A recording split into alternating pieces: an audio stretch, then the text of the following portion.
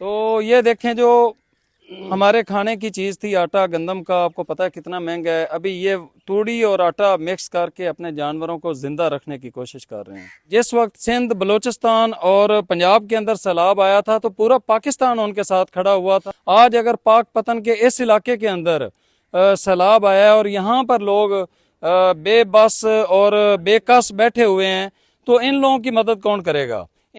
बिस्मिल्लाहिर्रहमानिर्रहीम।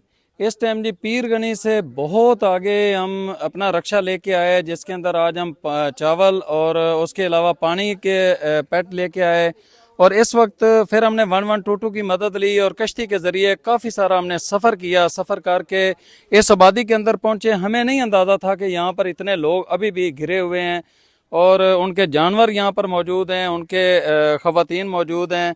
इसके अलावा लोग यहाँ पर काफ़ी बड़ी तादाद में बैठे हुए हैं। तो आज यहाँ पे हम पहुँचे हैं, पहुँच के उन लोगों तक हमने राशन और पानी वगैरह पहुँचाया है।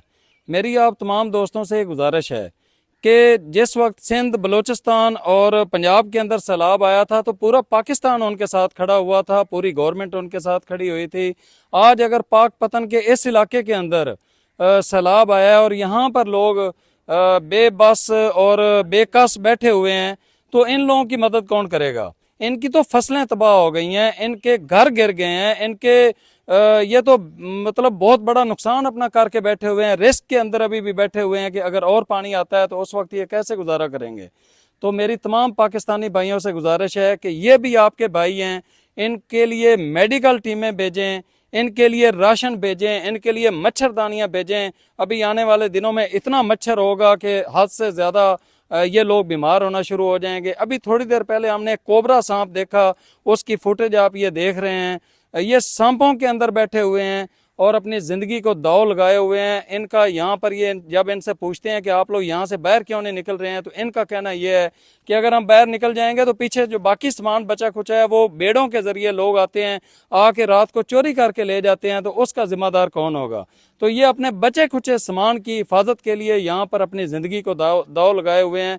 मेरी तमाम पाकिस्तानी भाइयों से गुजारिश है, तमाम मुखैर हज़रात से गुजारिश है कि इनको टेंट की ज़रूरत है, इनको तरपालों की ज़रूरत है, इनको मच्छरदानी की ज़रूरत है, इनको राशन की ज़रूरत है, इनको पके पकाए खाने की ज़रूरत है। और आने वाले दिनों में हमने इनको खाली ये चीज़ें दे के बुला नहीं देना है, बल्कि आने वाले दिनों में इन लोगों को बीज की ज़रूरत होगी। ये तो किसान थे, इनकी तो बहुत अच्छी ज़िंदगी गुजर रही थी, लेकिन इनकी फसलें तबाह हो गई और लाखों करोड़ों रुपए का इनका नुकसान हो गया है।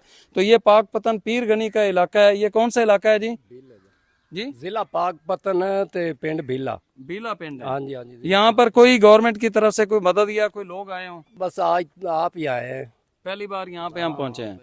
तो हम यहाँ तक अगर पहुंच सकते हैं तो मैं ये समझता हूँ कि सब लोगों को यहाँ पे पहुंचना चाहिए। यहाँ तो चारों साइड में पानी खड़ा है, तो इनके पास तो सब्ज चारा नहीं है या इस तरह के वो जरूरियात जो उसकी जानवरों की हैं वो भी पूरी नहीं है। तो आप किस तरह पूरा कर रहे हैं?